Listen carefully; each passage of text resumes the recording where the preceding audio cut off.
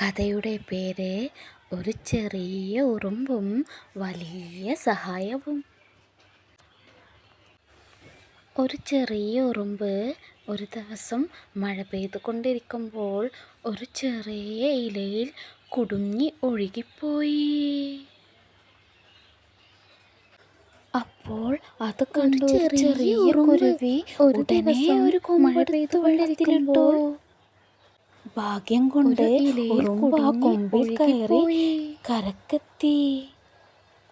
ഉറുമ്പ് സന്തോഷത്തോട് പറഞ്ഞു കുരുവിയോട്, അപ്പോൾ ചെറിയവനും വലിയ സഹായവും ചെയ്യാം. ഒരു കൊമ്പ് പിടിച്ച് വെള്ളത്തിൽ സന്തോഷവും സങ്കടവും ഒരുമിച്ച് വന്നപ്പോ ശബ്ദം വല്ലാണ്ട് ഇടറി.